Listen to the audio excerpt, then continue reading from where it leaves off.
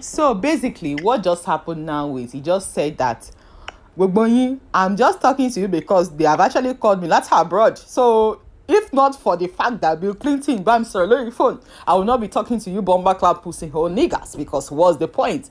You are not appreciative that we are giving you 5k. Hey, return that money. I mean, what the fuck? Please stay at home. Nobody disturb me. I'm going back to sleep. That's literally what he just said. Wow, wow, wow, wow, wow. Hey, Canada, yeah. I keep my 1 star. I keep my 2 star. I keep my 3 star. I keep my 4 star. I keep my 5 star. I keep my 6 star. We don't catch you. Catch me how? Play it for him. I keep my 6 star. No, you can't use this against me, boss. We already used it. Hello, sir. Can you hear it? Yes, I have received the voice notes. Good. That boy is a criminal.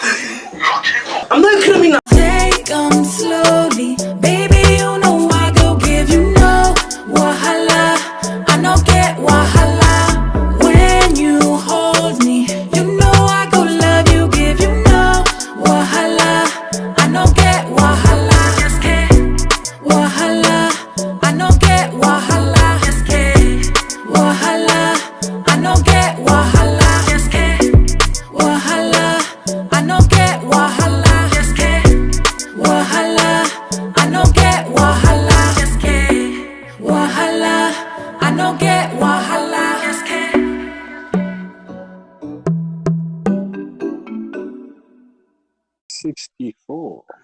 Episode 64, man. We made it. We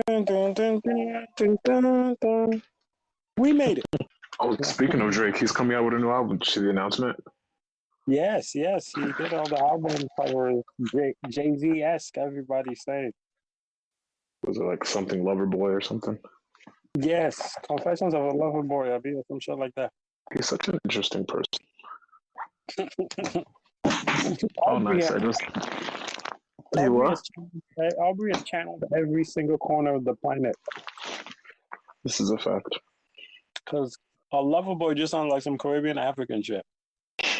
He's about to put out like 3 Come Closers. Right, like he makes you forget he's a Jewish man. Like he was raised by his mother. Let's not get crazy. Don't say that too loud. He'll tell you that his father was in his life so much. Well, he said his father wasn't in his life. His father was trying to get the credit. His father's still trying to get the credit. His father was trying to. It wasn't hiding him from Memphis. His father was trying to hide Memphis from him. Dennis be pulling up to all the Drake parties trying to bag all the joints that Drake doesn't want. Right, whoever is left. I mean, if you don't get your grandfather head ass. I'm still a Graham, damn it. Drake, my son. Right. I give you that daddy. Hilarious. Anyways, how was your week? It wasn't bad. It was not bad. Trying to vote early this week. Well done. Are you voting early, late, not at all? Yeah, no, I have to go to Connecticut and vote. Have to make that trip. To that red zip code of yours? Shut up, it's blue. Okay, Very we'll blue. see. We'll see what's changed in 4 years. But speaking of red, who was that senator that just got confirmed? Amy. Senator or something? judge? Which one, senator or judge? Oh, so she was the U.S. Senate confirmed her to the Supreme Court. My bad. Yeah. What's her name again? Amy Coney Barrett. Oh yeah, Amy Barrett. I'm adding. Yeah. Yes. So she has like 2 years of court experience, living her best life, getting the privilege. So she's fully qualified, based. Right. You know what's crazy? Based on most of our leaders that are in there, doing shit. With her getting the seat, I feel like this is Trump is out of here. You feel like what is out of here? Trump is out of here with her getting the seat.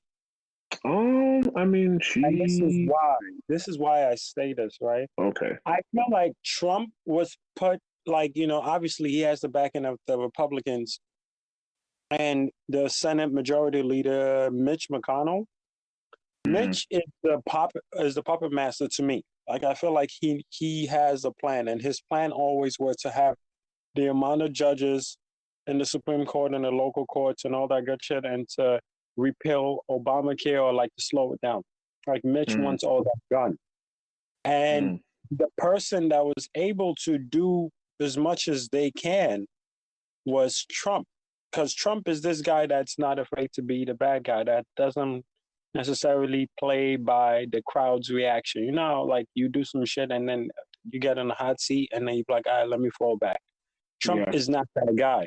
Like For Trump goes through it like just head first and gets that shit done. Trump was able to elect 2 Supreme Court judges. I don't know. I was just eating spicy food. 2 Supreme Court judges in 4 years. Like he has changed the landscape of everything. Right. So I think job for the most part is done. The only thing left now, like him, he's changed immigration, he's changed healthcare, he's changed obviously we were talking about the Supreme Court judges.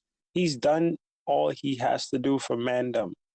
And now it's just, that's it. Like I think he's undone all the things Obama tried to do or put in place. So I think Trump has done what he set to do. Now, what it is now, we're going to learn how much they really have his back. Because the way the numbers are looking, if people keep voting how they should or how they're supposed to or whatever has been predicted, I think Mans is out of here. Now, if they have his back, he might find a way to stay. You know, and I think it's the Nigerian in me because I just feel like leaders are not going to leave. But I think he's done what he has to do, and I think they're just gonna be like, okay, this is as far as it goes. You're on your own once shit get real. Well, and you also have to remember the Democrats boycotted the vote, right? So the fact that the Senate Judiciary Committee like voted to nominate her anyway, like she won by like what, 3 votes? No, which is like obviously they know the tides are changing. Yeah, but I mean, I also read that Mitch McConnell, he's very happy about this, obviously. But you know, think about the things that the Supreme Court is about to argue on in the next few months, right? The Affordable Care Act, a few immigration policies that the Trump administration have put in place, and some stuff about religious groups, right? So they're talking about like same-sex couples and discrimination against, things like that. Work discrimination at work. Like apparently she said something in the past about the N-word being acceptable language at work or something like that. Like she said some problematic stuff that has been, quoted by her. That's exactly. And she also used to work for the Bush campaign, I guess. She helped to get Bush. She worked on Bush's campaign to help him win the election against Gore. So she has some history. Oh, and that's what it is. It's just like Bush got Patriot Act, right? Yeah. And it was like something, everyone's like, oh no, we don't want it, it'll go away. But it's there. We're stuck with it. Worst part is they had the black judge swear her in, Clarence Thomas. Yeah, I don't like questioning anyone's blackness, but obviously we know what his views are. Correct. And we know his history. And he's Herman Cain. It's fine. Bruh. So, but I think Trump is pretty much, he's hit all the bases. Like, is there anything he said outside of the wall? Yeah, I mean, Trump also clearly likes Ozark because Amy Barrett looks just like the mom from Ozark. Right, there's the hints are there. But like, he didn't build the wall, but he fucked up immigration. Excuse my French. He messed up immigration so bad that it's basically like he built a wall. Yeah, jeez. And Mexicans and all of South America are paying for it. Not financially, but just with the BS they got to go through. Well, let's welcome our listeners before we continue to dive into the upcoming election, and we can switch into some of the other topics. Yes. This is episode 64. We here. 64. We out here heavy. Thank you for listening. Obviously, it's a pandemic. Everybody's Harlem shaking through the pressure. BAWO's Trying to, outside, hugging people's, children. limiting contact. Shout out to all the people whose love language is physical touch. Stay strong, my people. Down. We out here. I'm here with you. We all suffering. You know what I mean? It's That's not so easy. funny. It's not. No, it's not easy. It's not easy. The contact. It's just everybody you have to wash, bath, hand soak, this, that, hand sanitizer, spray. It's not easy. Shout out to everyone that's social distancing. Being social but also being distant. Right. So everybody but Atlanta, we're proud of you. Atlanta is literally its own world. People are just out. People are outside more. I feel like people are outside more now than before the pandemic even started. Outcast said aliens, and we didn't believe it, but now it's clear. These people are not from planet X. They're not even sorry, Miss Jackson. They're not sorry for nothing. No. That's way past sorry. Way past sorry, bro. Nah, but shout out to everybody else. Even Florida too. Florida is always Florida, so it's not shocking when Florida does Florida thing. The fact that Florida Man is not even the biggest stories coming out of Florida anymore is nuts. You never thought to see it in my lifetime. The biggest story? In America, what is the biggest story? There's no people walking into establishments and freaking out on their servers for telling them to wear masks. No, none of that. Like, the news cycle is insane. Yeah, it's absolutely nuts. It's absolutely insane. So your president pays $750 for taxes. I love how you keep calling him my president, like he doesn't live closer to you. He's from Florida now. I don't know where he's like. I don't even know what to say. But no, but regardless, did you or did you not have any sort of living experience in Florida? I've never set foot in that state, and I need you to respect me. Word? You're gonna pretend you don't have a Haitian twin now? Still, BAWO has never set foot in the state of Florida. It's cool. I understand. You don't be telling the truth, so it's fine. It's cool. It's cool. Speak my truth, right? You never had a layover in Florida, Miami? Never. I swear to you. Oh wow, interesting. No. If I'm traveling to American states, I don't like connecting flights. I've done it twice, and I've regretted it both times. I'll pay. I think connecting flights one time it was North Carolina when I was going to Texas, and another time it might have been another city in Texas too while I was coming back to New York. Oh, see, do you hear that, listeners? It's two times red states. Well, Houston is Houston, right? Houston is the 37th state in Nigeria. This is true. You're not lying about that. This is true. I keep telling Houston is the first place in America I've been to where I met somebody that can't speak correct English. Like they only could speak pidgin. I was stunned. Houston is literally little. I would call it Little Lagos, but it's literally Big Lagos. No, it's Big Lagos. Lagos is just learning walk. Houston has graduated, done NYSC, and has been in the market for years now. Resume is jam packed. You meet somebody in Lagos, like, did you do youth service? Yeah, I did it in Houston. What? Yeah. Also, yeah, well qualified. Which camp were you posted? South side now. South side. Easy. So funny. Nah, Houston is definitely new and bigger and better Lagos. I don't even know how to describe it. But speaking of Houston, did you hear about the protests happening there? Yes. I was just about to say, shout out to all the cities, like all over the world, really. Because I'm not just going to say American cities or state. All over the world, the Nigerians in diaspora have shown out. And I'm sure it's just the beginning. But Nigerians in diaspora have shown out. And the one thing everyone knows is that Nigeria is the most populated country in the continent, and which then makes it the biggest black country in the world. Yeah. But we have a whole lot of people outside that country. There are a whole lot of, Nigeria is overpopulated in certain cities and states, but there's a whole lot of people outside that country hustling, making the best they can with whatever their situation is, wherever they are. And they're showing out. Like, we're seeing different countries having groups of people come out and protest and speak up and speak out against what's going on in the country. So I'm very happy. I'm very proud as someone that's done NSARS now and has done Bring Back Our Girls and Light Up Nigeria. Nigeria takes this grind, like it does this thing where it just like tries to just kill out your hope.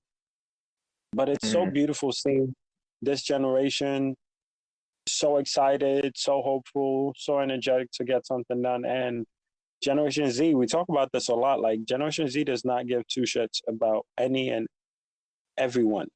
So they're gonna find a way to do it. And they are like this government that is Nigeria does not know what they're dealing with yet. Obviously, the protest is taking a step back in Lagos, but it's going on all over the country, and I'm sure it's going to find a way to reform itself into something even stronger, bigger and better. So I'm very proud of what the people them are doing, and the diaspora definitely has their back. It's been beautiful to see. Amen to that, brother. You took the words right in my mouth. Yeah, even the protests in New York. I mean, just to see how easy, man, people came out. People came outside, and just hearing people be so emotional and vocal about what's going on back there.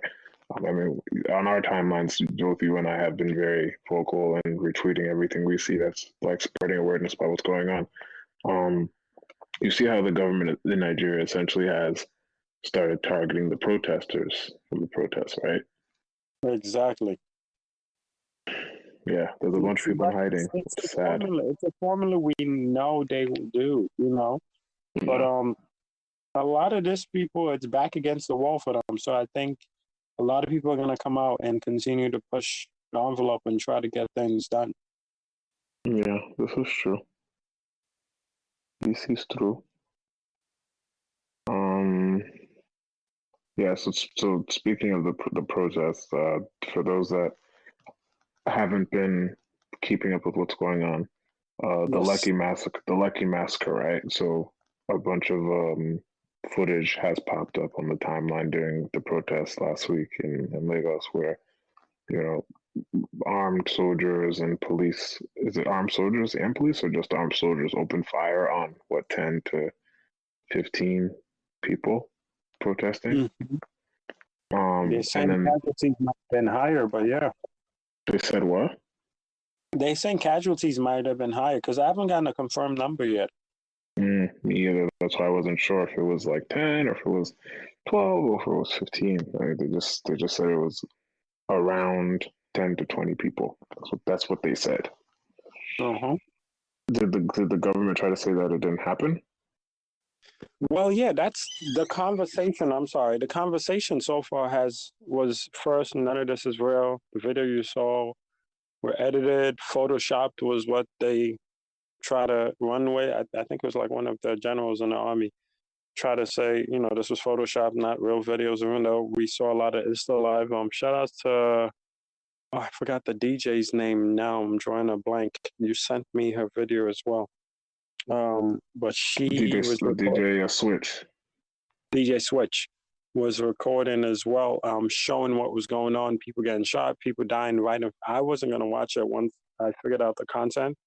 But they were saying all those things that people saw were just Photoshop. So conversation started people start talking and questioning, the older Nigerians who aren't necessarily hip on social media are like, oh, this is fake. Younger Nigerians who are on social media are trying to let people know that there's more to more to whatever the government is trying to tell them. So that was the original dialogue. Yeah. Well, I didn't even know how to even react to what I was seeing. So it's unfortunate. And then seeing Sanwo-Olu basically try to cover it up initially on the Nigerian news. What was it, on Arise or AIT or one of those news channels in Nigeria? Yeah, I think it was Arise that had that speech where he tried to deny there being any death from the situation at first. Because basically from Switches Live and the stories we've heard, people were peacefully protesting. Well, let's go back to his announcements, because while people were protesting, he announces a curfew. I think it was for about 4 p.m. And if you've ever been to Lagos or you have Nigerian friends that have been to Lagos, whatever it is, one thing everyone complains about is traffic. So you can't announce a 4 p.m. curfew at noon or around noon and expect everyone to be home at a certain time. So that alone is a setup. Yeah. So he announces it, and he announces it on Twitter, which is very weird because everybody is on Twitter. You know, I don't know why Twitter has suddenly become the official form of communication for everybody in Nigeria, but he announces on Twitter and says, "Don't go home, you know, or else you get arrested." Da da da da da. So people left, people stayed, whatever it is, that happened. And then he pushed the curfew, but supposedly about 7 p.m., the soldiers, men in uniforms, because everyone's denying it, we're going to be alleged about it, but men in uniform and army uniforms came to the place. They turned the lights off. They took the cameras out the toll, because the toll obviously is the place where you'd have cameras as forms of, you know, as a needed security. So they took the cameras out, turned the lights off, so people were in the dark, seated, singing the anthem, seated, huddled together, you know, just being safe, because now nobody knows what's going on. And then next thing you know, army comes up and just starts shooting at people who sit it down. And that's so nuts.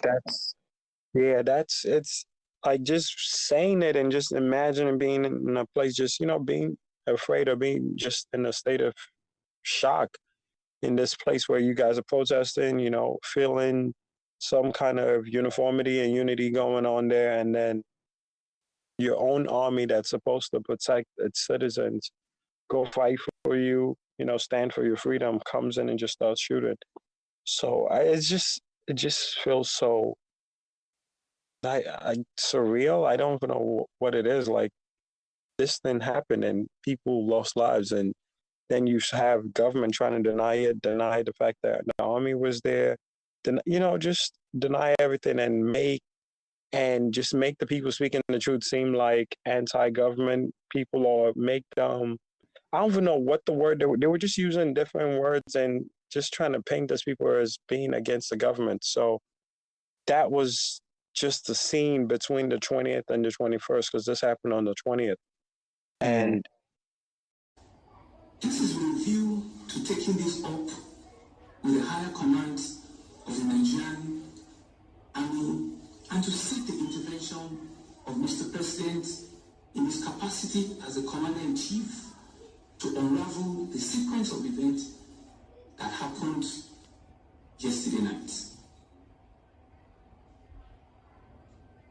Fellow Lagosians, whilst we pray for the swift recovery of the injured, we are comforted that we have not recorded any fatality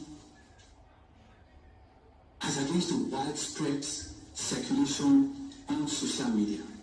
Nigeria itself not necessarily stepping forward and taking responsibility for the heinous move they made.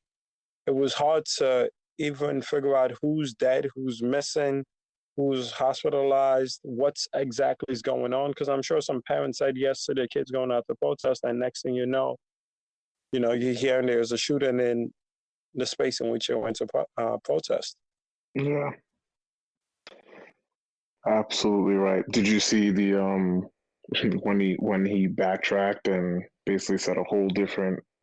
He basically said the opposite of what he told the Nigerian news stations, right? On CNN. Yeah, he completely flipped his narrative, which was completely nuts. But we have that too to play. Blood anywhere there? Who ordered people to be shot, and which branch of security services carried out the shootings? Well, I mean, from the footage that we could see, because there are cameras that are at that facility. Everyone sit down. It seems to be that there will be men in military uniform, which will be Nigerian army or something. So you're saying that it was military officers who ordered peaceful protesters to be shot at Lekki? Yeah, that's what Lekki the pictures, yes. They were there. That's what the footage, I mean, that's what it shows. CCTV footage at the tollgate be part of the investigation that you have now called for? It will be. Certainly it will be. It will be. And they're starting on Monday. They're going to be available for the judicial panel to review. It will be. Do you commit to a full investigation of what happened on the ground? Absolutely. I do. And will people be held accountable? They certainly would. I mean, we'll do everything to ensure that they are held accountable. We'll do everything. It's a very simple question. Will they be held accountable? Well, I mean, to the extent that I'm not the commander-in-chief of the armed forces, I mean, I'm the governor of the state, right? The report will be out. We will channel the report to all the relevant authorities in the state to ensure that everyone that is found culpable is accountable for the act. It's 2017. They've been announcing that the SARS unit has been disbanded. They announced in 2017, announced in 2018, announced in 2019. Now in 2020, they announced again. They just think we're stupid because you're literally just renaming this unit and expecting us to say, oh yeah, wow, that's great. The SARS, or Special Anti-Robbery Squad, has been described as nothing but a money-making terror squad with no accountability. Random, I've heard it described as vicious, I've heard it described as wholly set on extortion. This criticism will not be new to you, and in the past, the government has promised to scrap the group on a number of occasions. Right. And I think we're now seeing Mans as just a piece on a chessboard, you know? Yeah, for sure. Not saying he is without guilt and there's no blood on his hands, but there's more than meets the eye. It feels like he's not the one in control of the army in his city, and that call was made from somebody above him that he just does not want to fess up and say. So I think the pressure has to stay on. Like somebody has to answer for this. Like innocent lives were lost. Like it's one thing where you're like, oh, criminals were killed, this, that, you know, whatever narrative they try to spin, but young innocent lives were lost. And it led as well to what's going on now in Lagos, where you know, people are being attacked, where street boys are doing their thing, where there just seems to be no order in the city. All that leads to this. Yeah, this is a fact. It's heartbreaking for real. Man, it's been an overwhelming past few weeks, man. It's been overwhelming, but I'm glad that, you know, the internet never forgets. Like a lot of these people that are having these you know, if just think about how our parents' generation went through similar things like this, and they didn't have social media to document any of it. Like it's just they just have the memories and nothing else. Well, we're lucky because we are able to track everything. If it's an Instagram post, if it's on Twitter, the minute that video is online, it is forever. No, that's it, and nobody can tell you otherwise. And that's one thing with information back then and information now. You know, like a lot of the things you know, are privileged information because of what your parents, you know, or your grandparents know firsthand. You know, and they share that with you, and you share that with your kids. And sometimes it's hard for others to believe because it's just trusted information, especially when going against what they are taught or against the grain. Because sometimes you have told me things about the Yoruba culture that has, you know, I have never heard or I've heard otherwise. Yeah. And the same thing about your culture too. Yeah. So now you have to unlearn certain things to then now open yourself to believe in something else. But now we have social media where, you know, privilege, hella privilege to be in New York and to be getting this information about Nigeria that we love so dearly. You know, this is true. Like we have people our age, people, you know, in the same market, we are stressed, going through SARS on a daily basis, you know. So we're very, very privileged to take this information as we are taking it. You know, it's not something I like overlook. Like we're lucky to be able to do this, to love the country we love, to be able to help in whichever way we can. But still be dealing with it at a distance, you know. So I Absolutely. think all this with information sharing, like it's a blessing to being this generation and not just question, you know, like not just look to the government or look to the powers that be for information. You know, it's a huge thing. Like we were there, you know, you feel like you're there, like you're hearing everything. Oh, the Yeah. ambulance is here, the cops are here, you know, the army just got here, or this is what's happening in this city or state. So it's amazing. It's absolutely amazing, and I think it's going to change the narrative. Right, and I think the Nigerian government hasn't really accounted for that. They, you know, they're doing things the way they've done it throughout times. You know, like every single back and forth that's gone on in Nigeria, it's always been the narrative of the government. You know, the government comes out as the person, the peacemaker.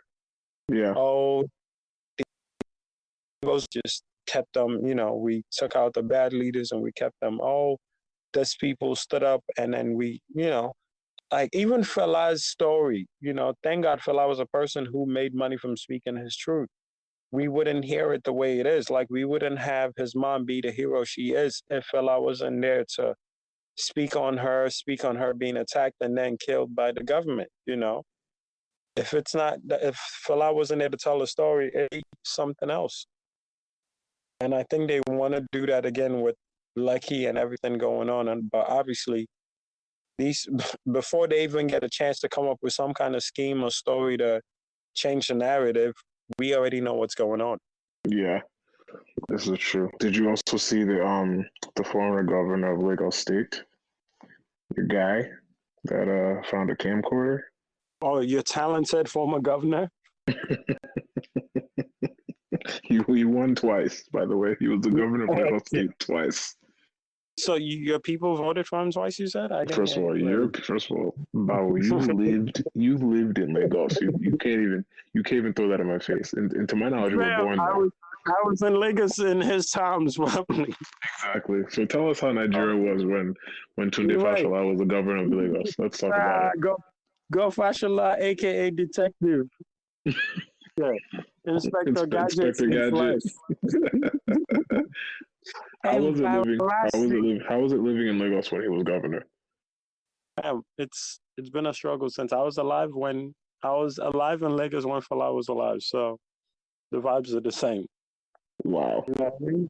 So I remember watching Fela's funeral on TV in Badagry. I think I was in Badagry when that happened. I definitely remember watching. Yeah, it was the black president, the people's president, you know, because Fela had become sick and was chilling and not bringing out the same content that was so anti-government. So, you know, there was a little bit of leeway. And, you know, by then they're painting him as the guy who was just smoking Igbo and had AIDS from the life he lived, you know. Yikes. Crazy because Fela was hated. You know, nobody wanted to go to the shrine because you could be attacked.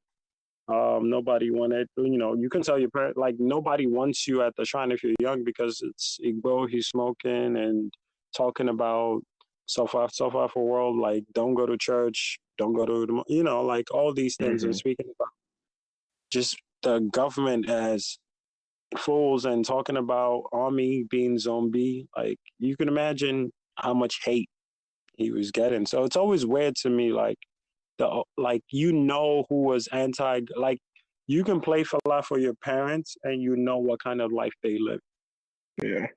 Like if they were timid, if they were out there, if they were outside. I think Fela is a good barometer of that. But no, Lagos and its OG governors and a few other honorable people, quote unquote, went to Lekki to inspect, just to see the scene, which makes no sense because it's like none at all, because they were in Abuja chilling. They were chilling. They was far away from everything. Yeah, and he also works for the president now, so he was in Abuja. He is definitely part of the government now. Still, yeah, he's the federal minister of ministry. He's like the ministry. He's the minister of housing and works or something like that. Fam, you secure whoever he helped secure them votes. They gave that man a seat. So But they all showed up supposedly to inspect. What I don't get is like, it happened on the 20th. I think they were inspecting 2 days ago. Place has been cleaned. Cops have ran through it. You know, everything has happened since. There's no, like, they didn't go there to pay respects, you know, like, they didn't have a candle vigil. Like, none of that was done. But your man is just, you know, strutting, taking things in, looking down and up and left and right. And suddenly he sees a camcorder, which I don't even know who the hell is moving with that, but cool. He sees a camcorder and it's just chilling in good condition, no scratches, no marks, not even like the lens cover is still on. And he's like, oh, look at this, look at that. He tries to grab it and they were like, wait, don't grab it, bro. And he pulls out a handkerchief and then he wraps it. Like he found evidence. Like, yo, don't put your fingerprint on this joint. Like, what? Like, I don't even know what to say. The joke that I saw earlier today was George Eastman invented the Kodak camera in 1885, and my good friend and brother Fashola discovered the strange camera in 2020. Bro, he's a hard-working talent. The talent jumped out. Dog, they are roasting him on Twitter. Hashtag Fashola challenge. People are just looking around. And that's what I'm saying. This is the thing. Years ago, 30, 40 years ago, this would be, oh my God, what's, you know what I mean? This would be, everybody would be in beer parlors and corners and drinking pepper soup, wondering what's in that video. And they would have all the time in the world to paint it, put a fingerprint, you know, like tell us this is the fingerprint on it. But this is not that generation. And that's what I'm saying. They're playing with old rules. Who are you? Like, nobody believes that camcorder, bro. Like, you wasted, like, whatever that plan was, you got to go for something else.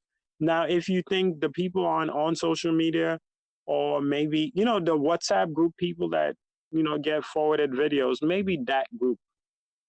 But nobody on Twitter believes that. Dog, this is the funniest thing ever. I'm looking at the challenge videos. Some kid actually went to the exact place where Fashola shot the video and put his shoe on top of the platform and did the same thing. He was like, "Oh wow, I found something." Please, send me that. So good. Anybody that wants to laugh with us, just hashtag Fashola challenge. Bro, that shit is jokes. They have no shame. These people have no shame. That's exactly what it is we're dealing with. What else happened that we can talk about? Well, young Nigerians, well, not even young, old, tall, short, whatever it is, broke into a warehouse, and guess what they found? What did they find? Food. I guess it was mostly food, just food that was supposed to be given to them to help with the whole COVID situation. Oh wow, like a hoarded, brother. When I say hoarded, I'm talking about like enough to, you know how, I don't know how to describe it. Like, you know how people come from one town to another and just throw a parade and everybody eats and everybody takes shit home to your kid that couldn't make it out because they're sick, or your husband that was working in the farm. Like, they had enough to like change the whole atmosphere of a town. Yeah. So, and then this happened in Lagos. Obviously, the Abbas whole vicinity was ransacked. Oh wait, this happened at the palace? This happened, it was a warehouse close to the palace. Oh wait, so they don't know if it was the actual connected to the Abba or not. They just know it's a warehouse. They're saying it is. Interesting. Yeah, that's very interesting. It's insane what's going on. So that leads to other cities and state in Nigeria checking out other warehouses and finding out that them things are everywhere. Oh, so people are just like hoarding. So is it the government that's just hoarding food from? Yeah, government, from citizens.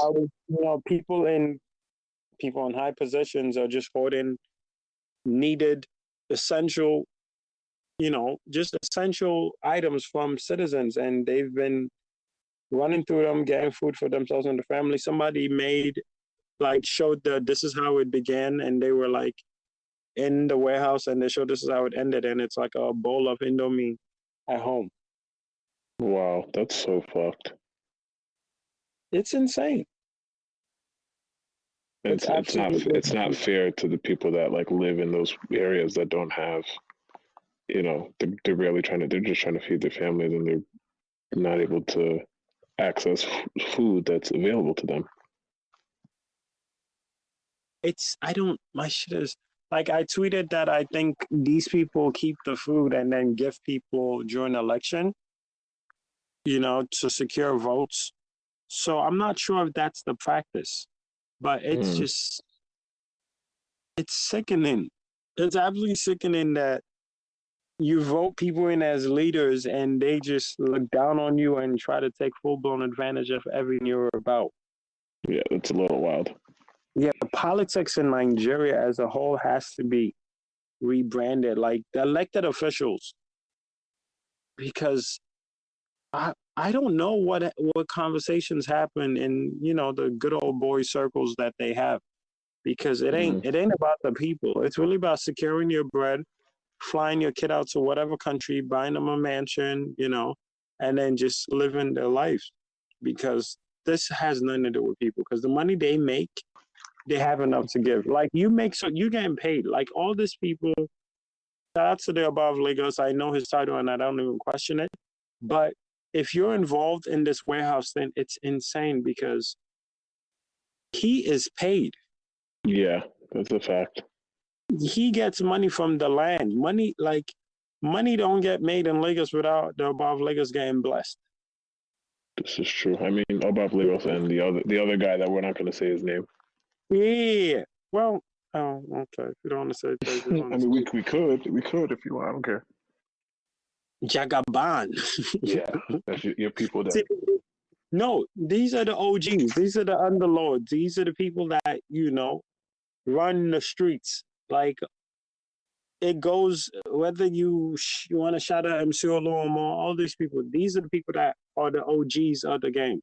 So at some point, you're making bread, you're making bank, regardless. Yeah. But you're still taking the little shit that you can give the people to feed them for X amount of days. There's a disconnect somewhere that I'm just not getting. Yeah, I couldn't figure it out. When I started seeing stuff like that on the timeline, I was like, why? What is the motive? You guys know my history, like with billionaires as well. Like, my thing is hoarding resource. Hoarding resource makes no sense.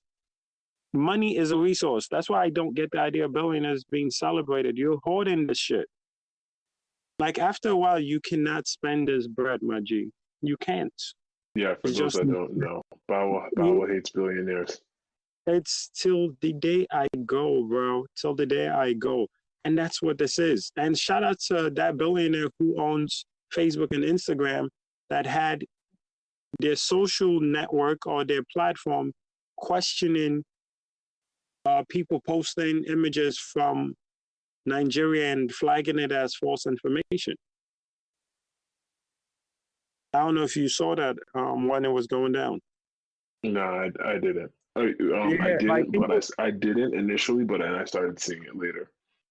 Yeah, people were posting images from the Lekki Massacre, and if you posted it on Instagram and Facebook, your post would get flagged as false information.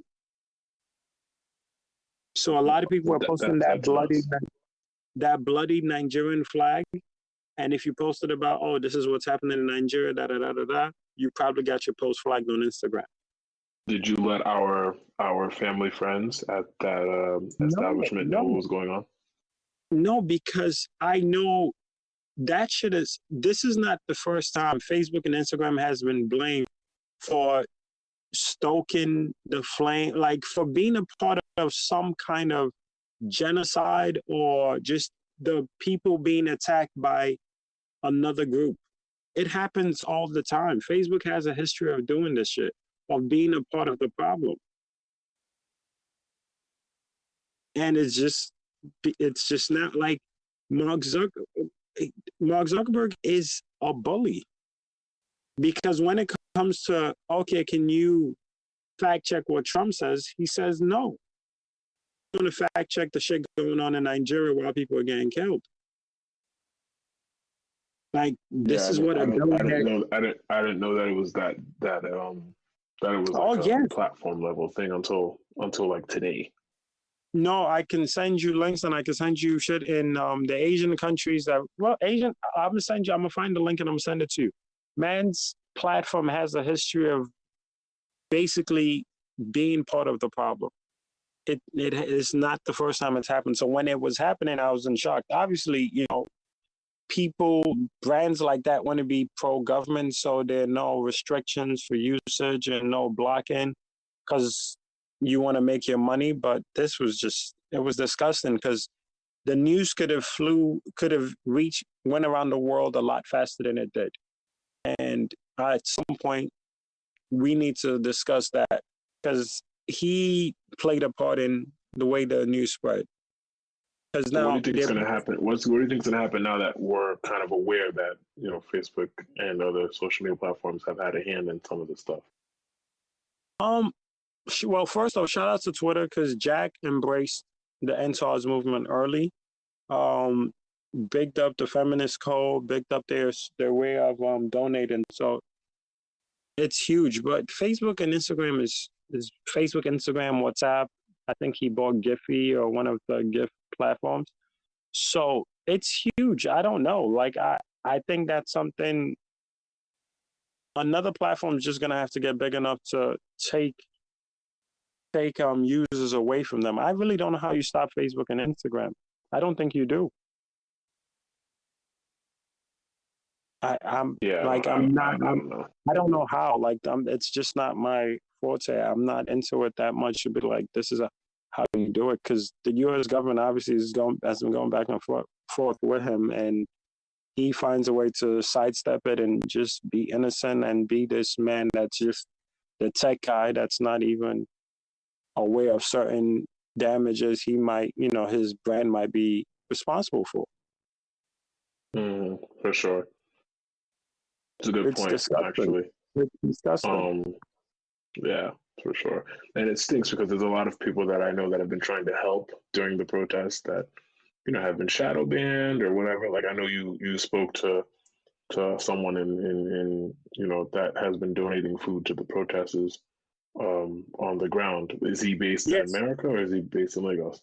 Yeah, he is. He's in Massachusetts. I think Boston, to be exact.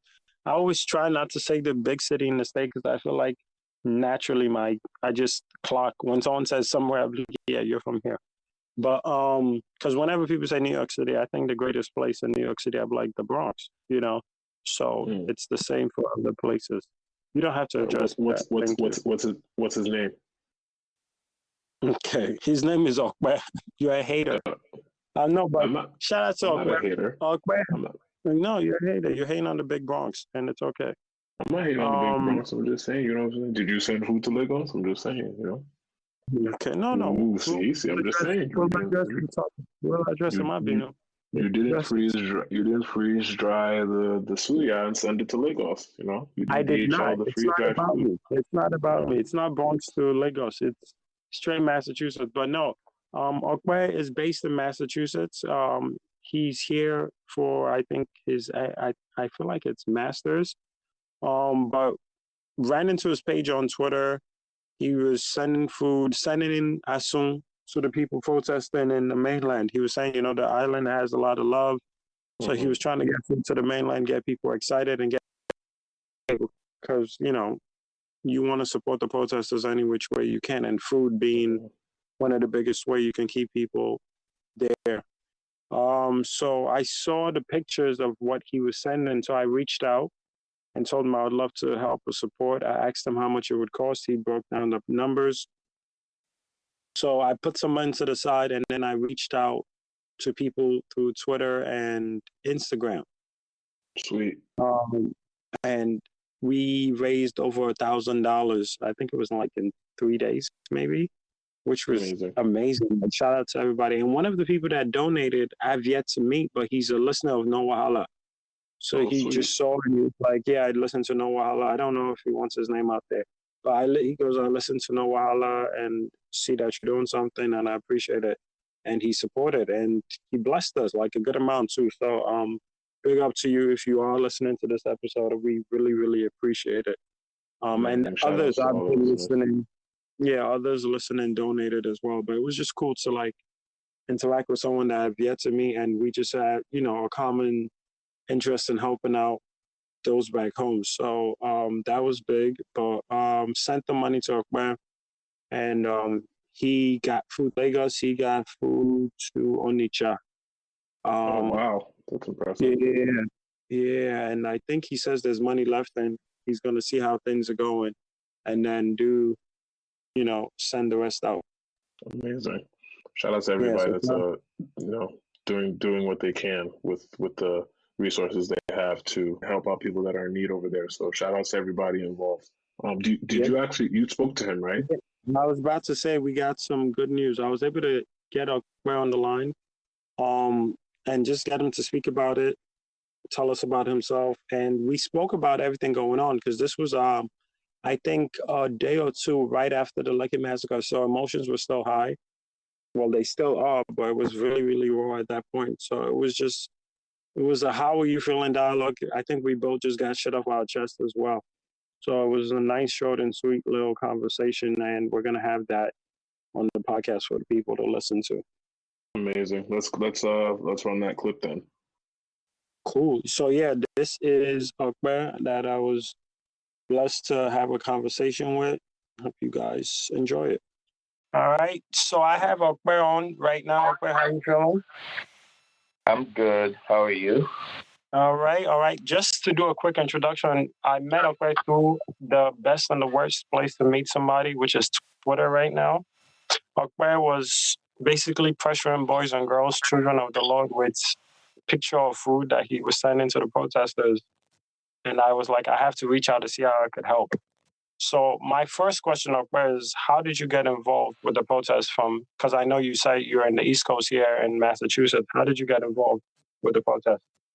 Yeah, so just like to provide more context. So I wasn't even going to sell to get food for people or to like share food with people. But for me, as someone in diaspora, I'm really connected with back home. I came to the US in 2016 for my MBA, and since then I've been closely connected with everything going on. I still have like family and friends back home, so I kind of like knew exactly what was going on. And then when the NCAS protest started, at first I just like sent money to someone on ground. I was just like, hey, whatever you guys need, just take. But I then realized that the protest was definitely much more bigger than we had anticipated.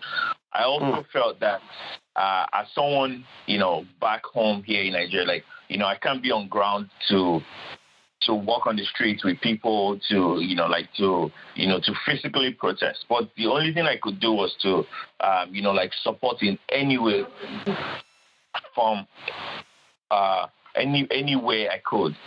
So what I did was I then started saying, I tweeted it. I was like, wait, what can I use to encourage people? Since I'm not there on ground, let me just get people to get food. So I just tweeted jokingly. I said, oh, maybe I'm just going to buy, I first started with shawarma. Then I felt, okay, wait, Nigerians actually like asun. So I'm going to get asun is goat. So I'm just going to get asun, 6 goats for people. I know 1 goat is about 35 to 40 grand. And I was since these protests are going on anyway, I'm just going to buy 6 and donated it. That's how we started. It started as a joke, and then, of course, I reached out to people. I was like, all right, if you know how to if you can do this for me quickly, do it. And then someone entered my DM and was like, actually, make it 10. Another person told me, actually, make it 20. And I was like, oh, wait, this is a thing. A lot of people in diaspora are really interested in, helping in the way they could, in the way they can. And then I just took on the initiative, and I was like, you know what? Not only are we going to look at, not in Lagos alone, but we started distributing to, the eastern part of Nigeria as well. We shared to Onitsha, Enugu, and all these places. Just encouraging people to do that. Thanks to people like you who also helped us push. We still have some money left that we don't know what next for the protest right now, but hopefully we'll divert it to feminist school if we're not able to complete what our mission is for the people. But of course there's always transparency around things like that. But that's that's really where it started. As someone who genuinely cares about the country and the continent as a whole, I felt I needed to use my skill set. So not just did I use get people to gather money. I'm also a chartered accountant, so I'm actually auditing feminist score. I'm sure you've also heard about the feminist score as well. So I'm using my skill,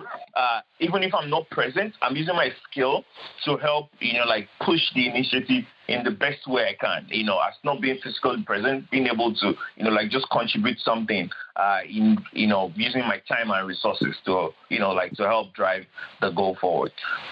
No, that is absolutely huge. I think that's, if we were to ask a lot of the diaspora Nigerians involved with it, I feel like everyone is just looking for where they fit in. I think obviously you coming here for an MBA and a lot of us, leaving the country for, just greener pastures, the idea has always been how can we help give back? And it's just similar everywhere. I know there are people in New York now marching. There was a march yesterday. There are people donating from all over the world. And people are just interested in how they could give back and see how they could help. So I'd love to hear things like that. When I found out about your page, I'm going through your tweets, going through people's responses just to make sure that if I'm giving money to something or someone, somebody involved, and genuinely involved with it, because it's hard to get money to Nigeria now with the government restricting certain transactions. So I know obviously Feminist Co has moved things to Bitcoin, which is huge, which is something it just shows the generation we're in, where it's we can quickly adapt and find ways to create solutions. You saying you're helping with accounting for Feminist Co, it just shows where the diaspora can be of help and give back to the country that has given us all so much. So I find that interesting. But how would you say the people on the ground, what's the energy now? Because obviously Buhari just gave, I don't know if you want to call it a speech or quick spat, whatever you want to call it, and where he quote unquote addressed the nation. What do you think people are feeling back home?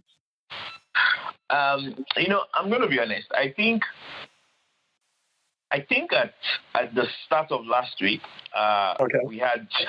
we had this drive, we had this energy. Everyone was filled with hope, and we just felt we were getting somewhere. We could feel it. We could feel what we're doing. It was been a peaceful protest, and as you all know, the only reason why people like us, you and I, are getting behind things like this is because we knew it was peaceful. We knew it was, it wasn't to hurt anyone. We knew, it was just for us to be on the street and to be able to get our voices heard. That's all we're doing. So there was that hope that for me, I felt so much energy. I took the whole of last week off work to fully concentrate on the work.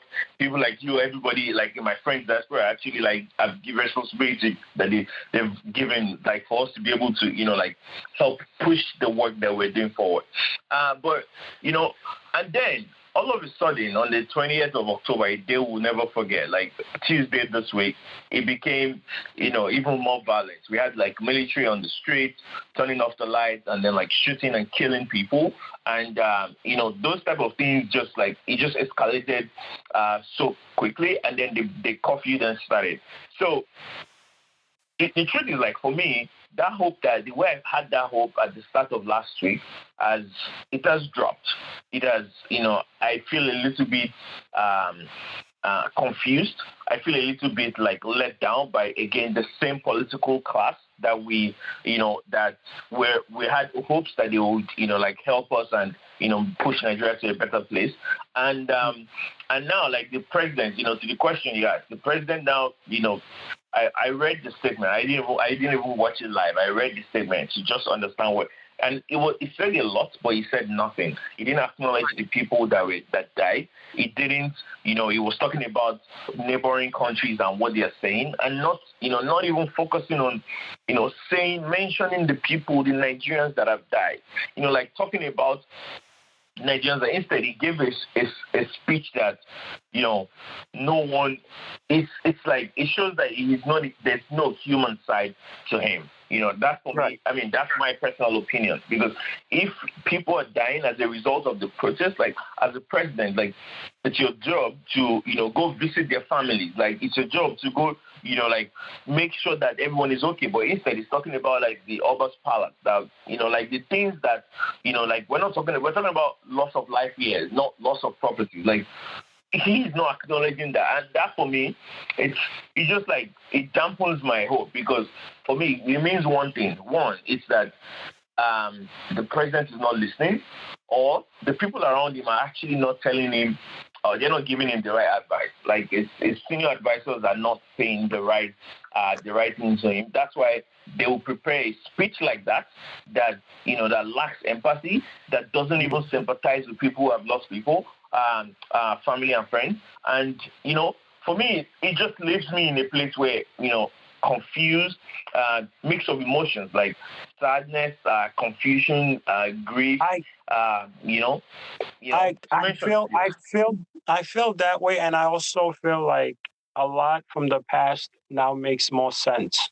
I don't know, because obviously when you grow up in Nigeria, you don't learn about Nigeria until you leave Nigeria, right? Like our history books don't have Nigerian history. Like it's more of a British, facade or filter to what exactly happened. And in seeing this and seeing deaths be ignored and seeing families losing lives and the president just, covering it up. So I think it makes a lot more sense with everything that has happened, with all the riots and protests, the war that has happened in Nigerian history. I think we see these are the tactics that happen. So I think it makes a lot more sense. But the one thing that excites me is this generation doesn't necessarily operate the way previous generations have, whether it be being respectful or doing things a certain way, or just the access to technology. Because they were talking about the Instagram live being edited. They were talking about nobody died, but yet the president is saying lives were lost. And like you said, they're focused on property, just like the royal family and their concerns more than the lives of the fact that people are, living way below the line of poverty. So I think everybody involved is starting to see what exactly the government cares about. They care about how the world sees them, because obviously that was what was addressed, celebrities or the Africans in abroad, or maybe even just other leaders in other countries. So I think it's going to get worse because the government has a stranglehold and things work for them when things aren't working for the country. I think it's very clear, when there's no accountability, there's no accounting being done, where money can just disappear, where snakes can come out of nowhere and take money, then all these things work in their favor. But I still feel like there is going to be that space where we rest, we recover, and we go back. And I think that's where we are, because whether it be the military or the thugs in the street, they've obviously now inserted themselves in this movement. So I think people now have to figure out more ways outside of Lagos, especially, to make these things happen. Because Lagos has a big attention. But I think you spoke about Enugu and you spoke about Nisha. I think these places where other things are going on can also be representative of the Nigerian plight outside of Lagos. Because I feel like Lagos is that city that the government has to put its foot down and not let much happen. Yeah.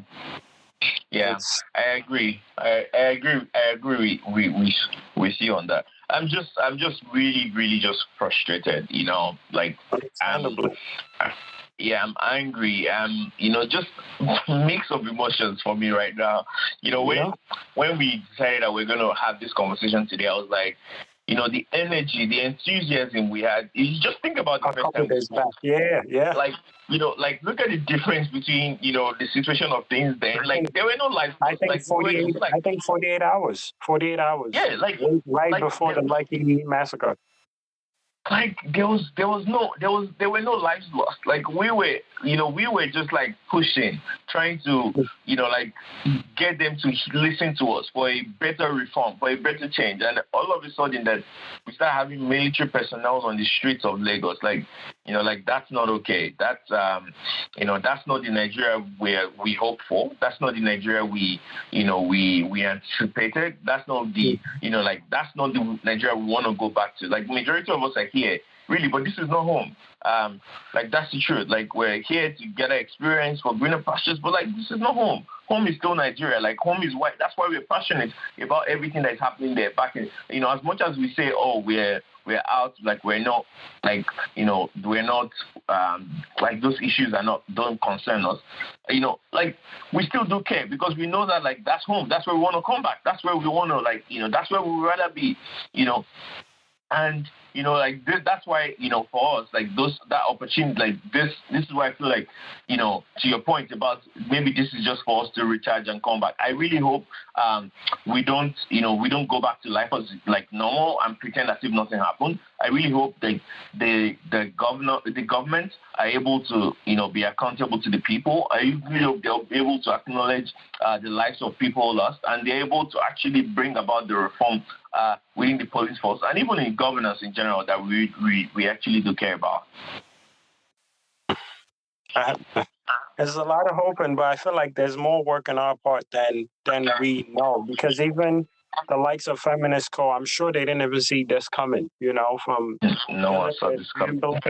Ambulances to sending, security to different cities and states across the country of Nigeria. Like it's a lot of work that has to be done. And I think it's a lot deep rooted than we think, like there's so much more made by Nigerian leaders, by European and American countries being involved, whether it be the oil or other trades that go on. So, but I think a lot of youths are just asking the country to just get out of our way. Not necessarily like keep making your money, but at least give us an opportunity to make ours. Because a lot of this youth were being targeted just for having computers, for having cell phones, for wearing clothes that, make them look presentable. So it's just like they're not giving them opportunities. And when they seem to create opportunities, Nigeria also seems to like stop that from happening. So it's a lot. It's a lot to digest. Like you said, like 72 hours ago, we were also excited. We were going to have a different conversation about how this was going, how the food was doing, how the reaction to it. But it's just, we're in a different space now, like lives have been lost. Lives that were lost are not being even, like there's no respect being given to the lives lost. I remember, I don't know if you saw the tweet about the young man that died 3 hours after he tweeted, Nigeria will not end me. I did. That broke me. Yeah, so it's absolutely insane. It's like certain things just remind you of how close this shit is to every single person walking the streets of Lagos and Nigeria as a whole. So it's depressing. That guy actually had an interview yesterday. He had an interview yesterday. It was postponed because of the, because of the protest, and they were going to have it in 2 weeks or so. I read somewhere that they pushed the interview forward, like not knowing that he was going to lose his life. This guy is, he's like someone like you and I. He's a product designer. Like his life just cut short because of what? Because we're basically asking for reform. Like we're basically like, just asking for things, that is within our rights to do. Not, this is just insane. Like, every time I think about that guy, I think about also like the same with the other lives. Like the other day, Jimo Isiak, there's a picture of Jimo Isiak before he was shot. This guy was just standing in front of his house. He was looking at the people protesting. He wasn't even protesting. He was looking at them. He wasn't even part of the people protesting. And then straight bullet hit him, and we lost him. Things like that are just not okay. They are not acceptable. We are complaining against police brutality. We're protesting against it, and you're exactly using the same thing we're protesting against. You're using it. Like, how ironic is that? That's like the one time you should actually sit to listen is when you actually pull the trigger again, and use the same people that we are complaining about. Like, like that for me is just not okay. There's just so much to be done, and for us is one thing I'll just say is we have to keep the faith. We have to keep hope, keep the hope alive. It begins with you and I. It's you and I. Like keep driving it. People like us, continue to, ignite the fire and keeping because we can easily have said we want to just keep quiet, sit back, we're not affected, but we know whatever happens home, it still comes back to us. It's about us as well. No, definitely. Yeah. We're all connected. And everyone has a role to play. FK Abudu, the ladies might not be on the front line, but they're just as useful as those on the front line. And we might not be in Nigeria, but we're doing our part. Everybody has a role to play. Even my parents, I had to let my parents know, any tight money you guys get, I'm collecting it and we're sending it to Nigeria to help somehow, because the churches don't need the money like the youths in Nigeria do, So we all have to do our part. We all have to figure something out to help. And I wanted this call, obviously, to thank you for what you're doing and also to highlight it a bit just so we can help. But I'm sure we're all waiting to see the next wave to see how we can be a part of it, whichever way the youths decide. I'm sure the diaspora is behind them. But first, I wanted to thank you, obviously, for taking initiative. And I didn't even know you were part of helping out the feminist cause. So we appreciate all that you're doing from No Wahala. And I know the listeners, because a bunch of the listeners have reached out. Someone even donated part of the money I sent to you. So we definitely do appreciate it. And I try to update everyone when I send you money. And obviously, please, if you guys want to help, you can reach out to Ogbe on Twitter only, or are you on Instagram as well? Yeah, it's the same. My handle is the same as my Twitter, Optics Baba. That's the same thing on Instagram as well. OPTIXBABA on Twitter and on Instagram. Please reach out.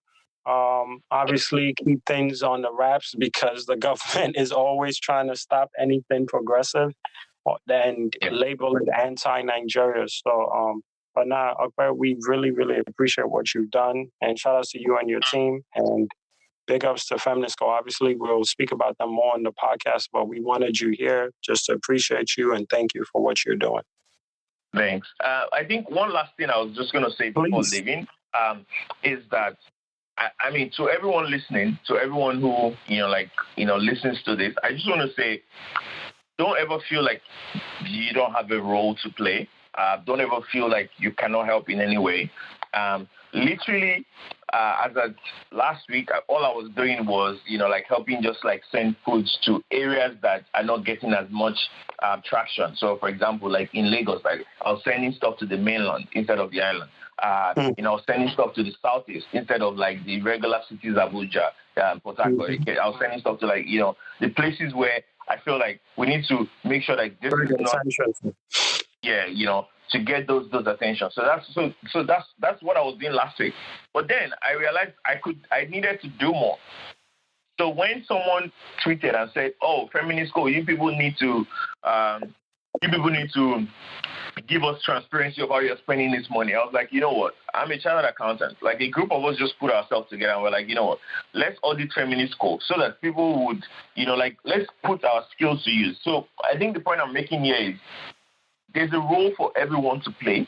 Trust me, when you think deeply about it, there's a place you can plug in. Not just in your finances, of course, that's important, but also in your personal life. When you think about your day to day, when you think about what you do. Today, people ask me, "How are you doing?" And I was like, "I'm not doing okay at work." I told all my friends at work, for them to understand what's going on in Nigeria. Let everyone go read up. Let everyone, So there are places we can plug in.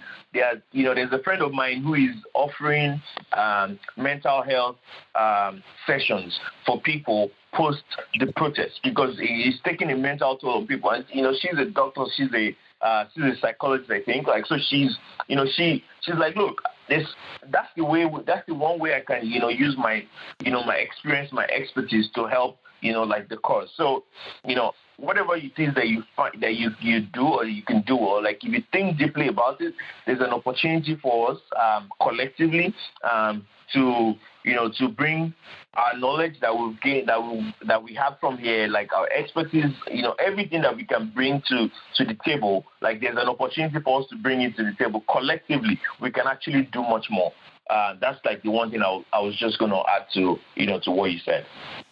No, I really appreciate that, and I think, like you said, everybody just whatever it is you feel comfortable in doing, you can do help. There are people doing graphic design and spreading the word and leading to a lot more donation or attention. Like, look at you, you're using your platform to amplify this. Like, those are the things that we want. Like, we want everyone to use, anything, everything. Like, trust me, it goes a long way. The more people understand what's going on, the more we put our heads together to actually solve the problem in Nigeria and even on the continent as a whole, like, the better it becomes for us.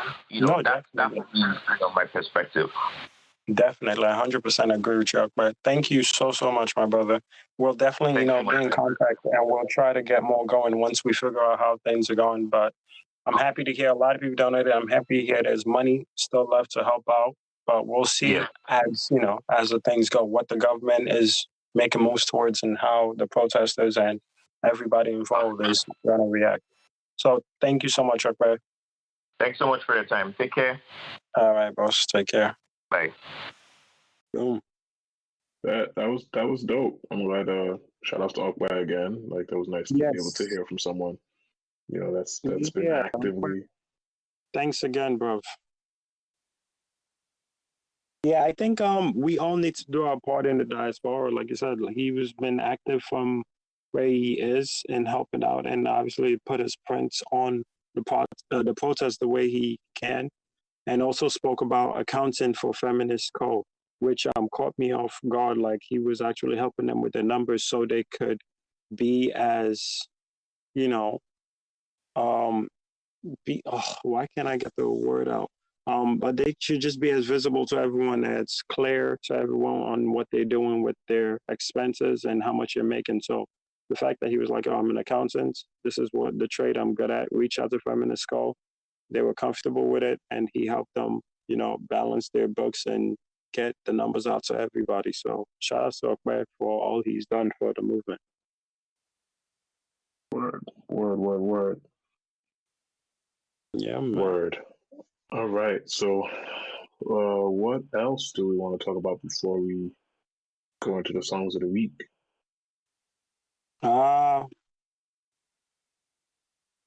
Yes, I know you had wanted to address Falls's father. Oh, yes. So yeah, for most of the people that listen to our podcast, I'm sure they're aware of Falz, the rapper, slash actor, slash activist, slash lawyer. But a lot of people don't know that his father is actually the OG lawyer. He's like the Johnny Cochran of Nigeria.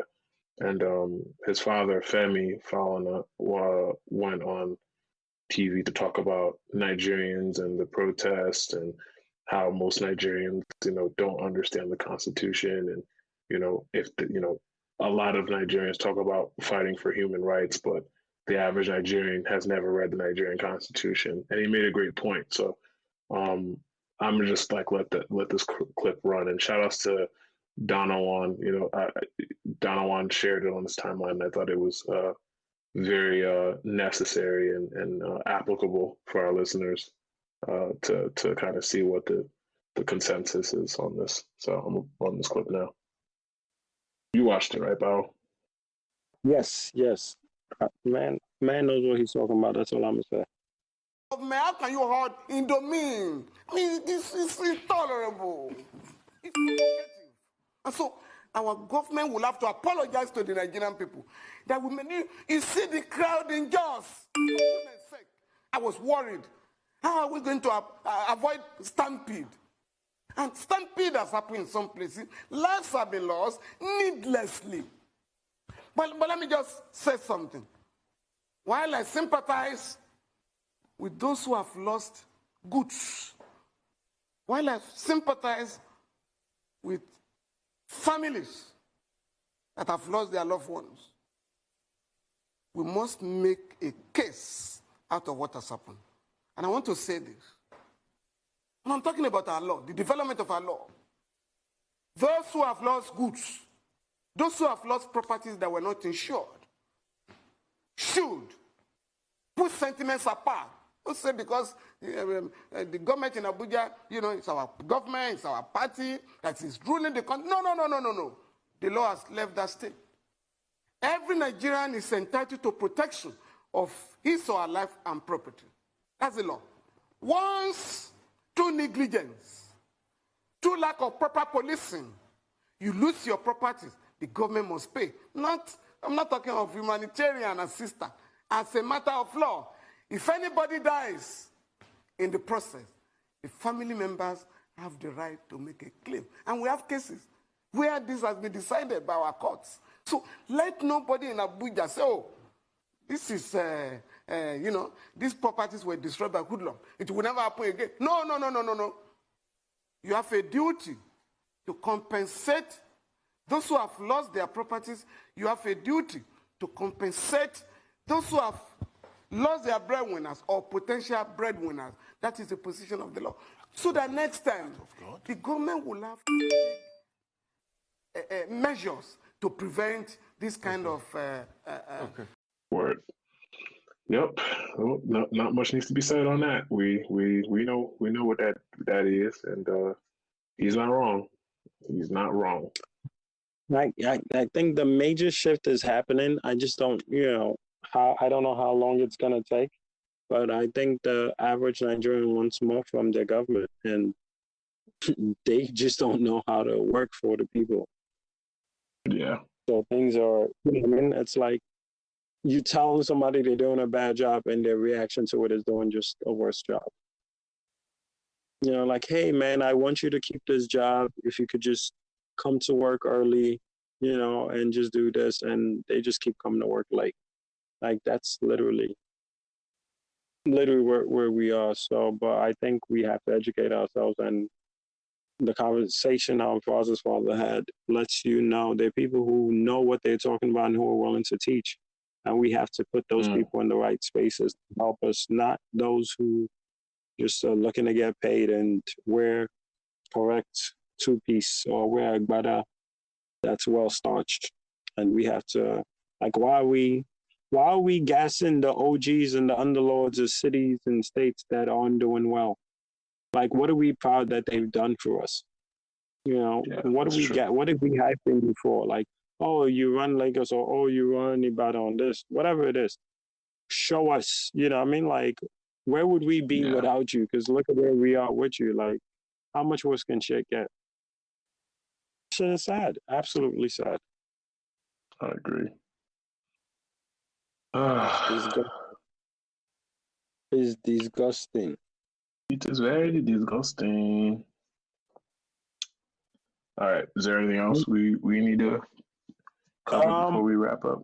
I actually think it's a good idea that we're like keeping these episodes shorter than normal, because the feedback we've been getting for a long time is that our episodes are too long.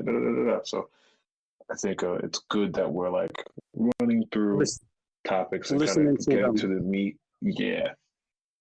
I hear you. I think to lead into music, I just want to shout out her. I think I'm gonna pick her song because she showed love for SNL. Her band.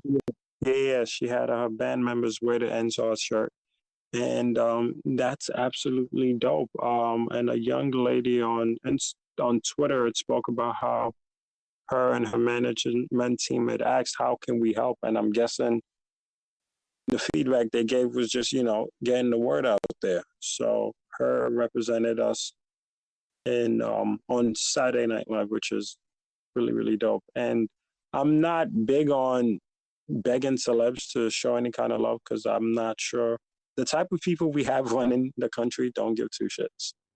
I need people to understand this. So, but awareness, just raising awareness and letting the people in Nigeria also know that we're with them and we stand with them and we support what it is they're doing. I think it goes a long way. So shout out to everyone doing it. I just think we need to fall back on pressing people to do it. Like if they do, they can. Yes, we can educate others and get them involved, but it's tiring. Please. Leave these people alone. If they want to do it, they'll do it. If they don't, they don't. It's just what it is. You can't bully somebody into caring about something. They can fake care it, and when they do, you guys are just gonna get upset anyway. So let it happen naturally. But shout outs to her. Shout outs to her, and shout outs to Dimples. I know Dimples. Yes, Dimples was a young lady I was trying to remember. Yeah, Dimples definitely has had a hand in getting a lot of artists that we know to raise awareness through their social platforms and get people active and sharing their solidarity with just the people of Nigeria that are going through the police brutality right now. So shout outs to her and others like her who are in the States or in the UK or in France or in Amsterdam or just in the diaspora that are just raising awareness for what's happening. Yeah, that's really dope. Really dope to see her and her band on a platform like SNL raising awareness. Really, really dope. So, are you going with the Her song this week? The Wiz and Her song. Oh, Smile. Yes. Did you pick that before? I did, but ain't nothing wrong with picking it again. No, because I want to show love to her. I think it was the way she supported was really cool and felt genuine. So I would love to do that. So I was gonna pick that, but I think you picked it already. So maybe I'll pick up. But let's see. Let's see if she's put out. Now she has a few songs that are recent. Yeah. Well, Focus. She has a song with Janae Aiko. BS. I was about to say I should pick the Janae Aiko song because Janae is also showing love to us, and Big Sean has been repping the fact that he has Ninja blood in him. So we'll go with that. We'll show some love to Janae Aiko featuring Her. The song is called BS. Yeah.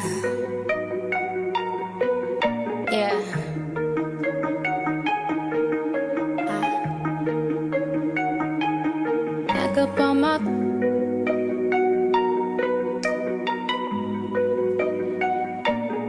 I'm dealing with you.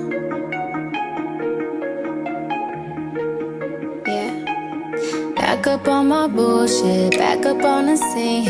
Done dealing with you, don't know how to deal with me. Done fucking with you, don't know how to love me. Done dealing with you, so I'm back. It seemed like I get so much and don't get nothing back. I really thought it was love, but you're so fucking whack. Always get caught up in love, but I am done with that. I can't get caught up in love, so now I'm, flexing on my exes and my Model X. Pretty little skinny little bitty body Model X. Some of y'all ain't never had no real bitch and it shows. I keep it 100 from my head down to my toes. Back up on my bullshit, back up on the move. Touchdown in my hometown, got nothing to lose. I am on my own now, I am in control now. I need you to go now, I can fix my own crown. Back up on my bullshit, back up on the scene. Done dealing with you, don't know how to deal with me. Done fucking with you, don't know how to love me. Done dealing with you, so I'm back, bitch. Seen you with your ex, I see you still about your old ways. Might just see him for the weekend, you say that's a cold play. I be feeling triggered, I don't know how to let it go. Really, you ain't chillin', I know I'm too emotional.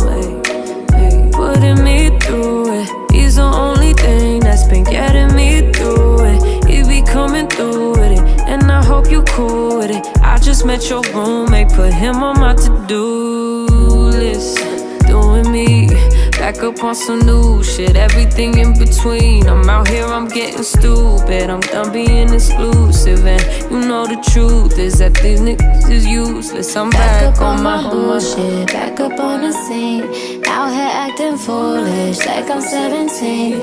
I just bought a new whip, don't need gasoline. I just seen your new bitch, it boosts my self-esteem. Back up on my bullshit, back up on the scene. Done dealing with you, don't know how to deal with me. Done fucking with you, don't know how to love me. Done dealing with you, so I'm back. Yeah, bitch, flex on my ex. In my Model X, flex on my ex. In my Model X, flex on my, flex on my, flex on my. Back up on my bullshit.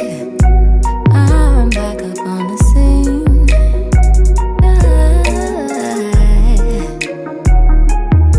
I'm dealing with you, so I'm back.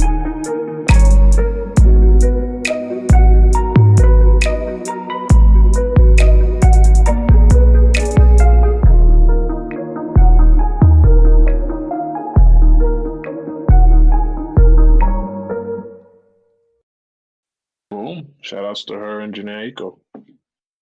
Yes, sir. Ain't about that BS, dog. This is clear. And yours, you ready for your song of the week? I've been really playing this song over and over in the past few weeks. It's passively. I really like Fireboy. I'm a really big fan of his music, and yeah, his last project is just really, really dope. Apollo's really dope.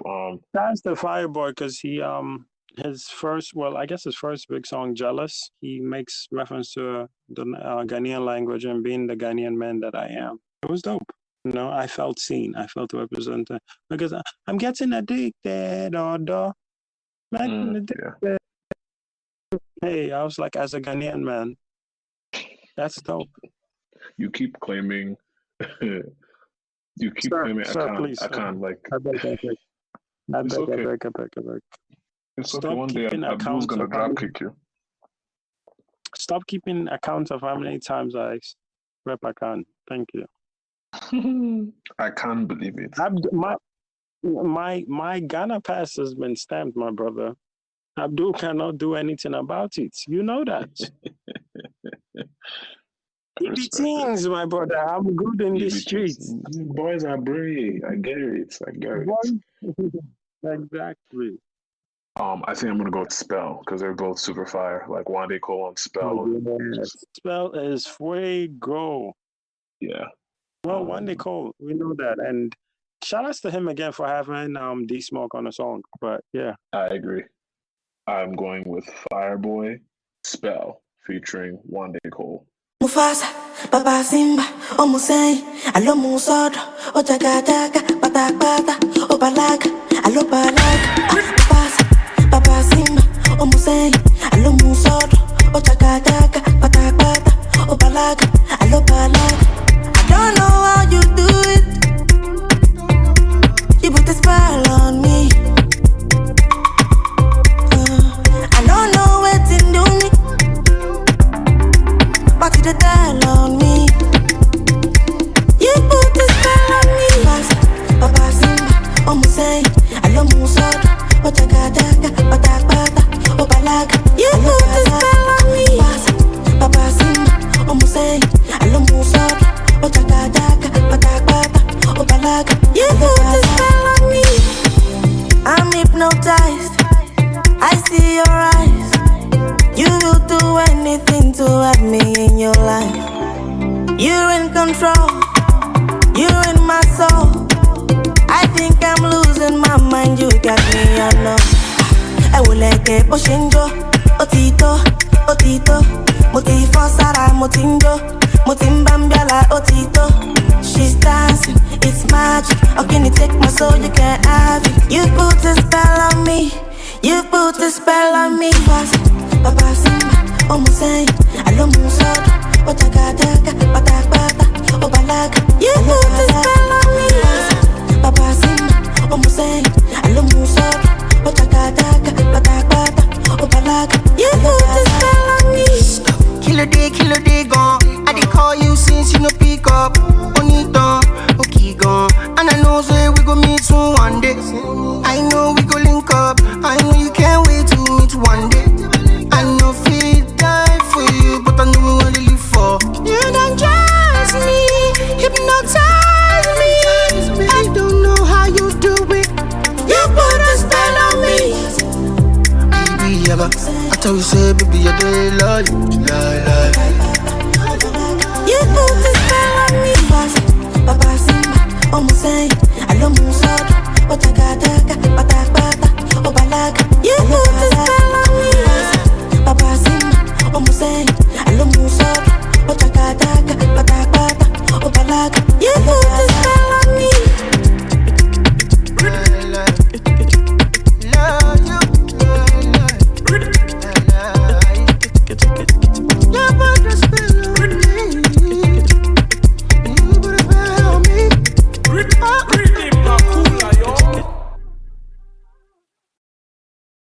yeah, so that was it. Yeah, I think it's a great selection. How do you feel? I agree. I think your song selection, the Janae, her record was smart. It was relatable, and whichever Fireboy song I decided to pick, Also, both applicable. Yeah, man. So those are our songs of the week. yes, How do you plan on spending the rest of your week? voting early. I posted it on Instagram. If anybody wants to come and stand online for me, I'll pay you. We'll figure something out because these lines look ridiculous, but we got to do our civic duty. I'm not looking forward to stand online to go vote for an old white man, but it is what it is. If somebody wants to stand online for me, please reach out. I'll pay you in Suya. We'll figure something out. And then if you want, I'll let you pick the local judge I vote for. I give back. I'm not a taker. And what else? I'm trying to think. Yeah, that's about it. I'm looking forward to voting early, just getting it out the way. And we'll sign all the way till November 3rd because I'm not excited. But we move. We move regardless. But absolutely. You? As for me, I'm gonna spend some time with the fam. There's been some additions to the family, so yes. Spend time with Uncle T. Gotta spend time with the family. Let them know that I'm around. I gotta go vote. So I'm gonna go to Connecticut. I'm gonna do the voting thing, and then once I'm done with all that, I guess I'm just gonna prepare for Thanksgiving. Even though Thanksgiving's a month out, but you gotta start prepping for that now. You gotta start decide where you're gonna go. You gotta talk to certain family members and figure out if you're gonna eat turkey or if you're gonna go to the person's house that doesn't cook well. You gotta figure all these things out now. Very important. What are you doing for Thanksgiving? Have you decided yet? Nada. I think it'll just be chill shit. I don't, what's there to really do? But I guess we have something that's going well. But, I feel like big meals, we got to fall back from big meals for a little bit. Can be having everybody's hand and feet and all that shit over the table. Word. Did I tell you about the girl that spat in my drink? Wait, what? I had a No. I don't know if she's going to listen to this podcast. A girl spat in your drink? What did you do? First question, what did you do that she spat in your drink? Nada. So I'm minding my business.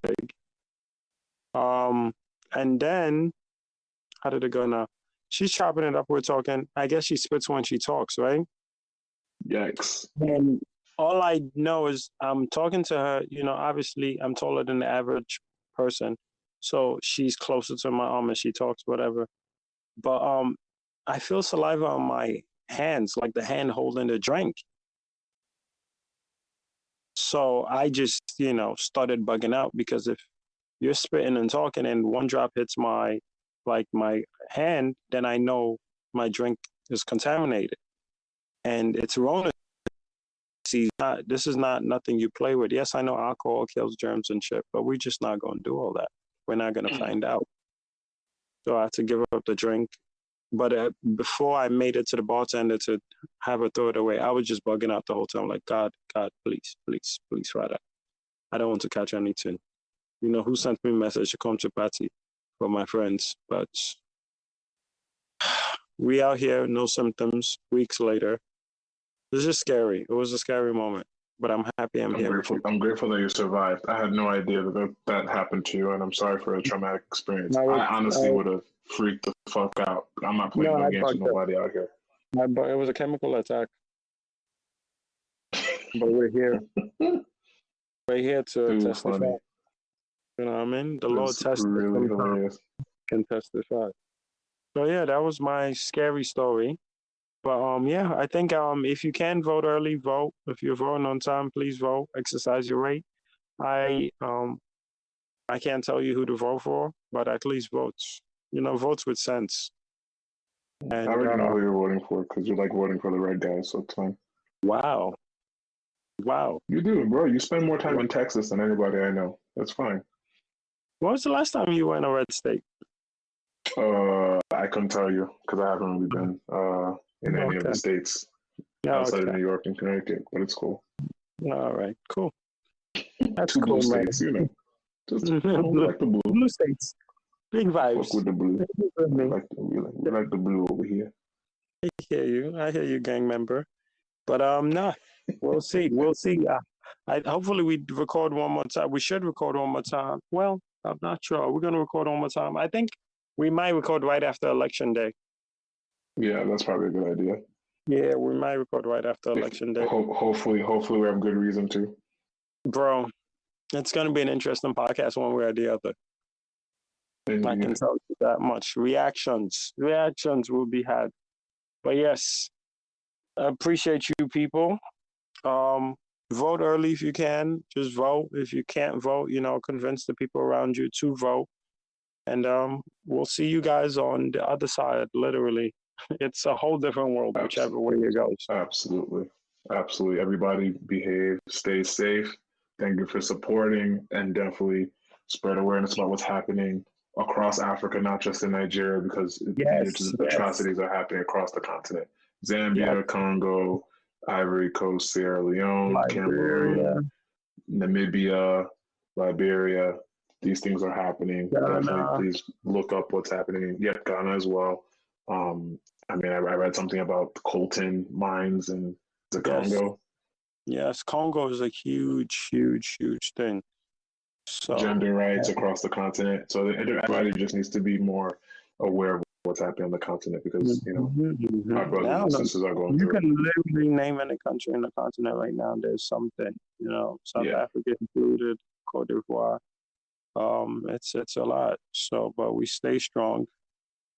And we continue to, have these people in our thoughts, and you can be here and still be of help, but you just got to do your research and find out how to support. So keep doing what you're doing and stay blessed, people. Yep, absolutely. Well, thank you guys for listening to episode 64. We haven't thought of a cool title for this episode yet, but I'm sure we'll think of something by the time this goes up. Yes. There's so many things going on. We don't even know which way to go about it. But we'll figure it out. Appreciate you guys. Peace, love, and that shit. Peace, everyone. Thanks again for listening.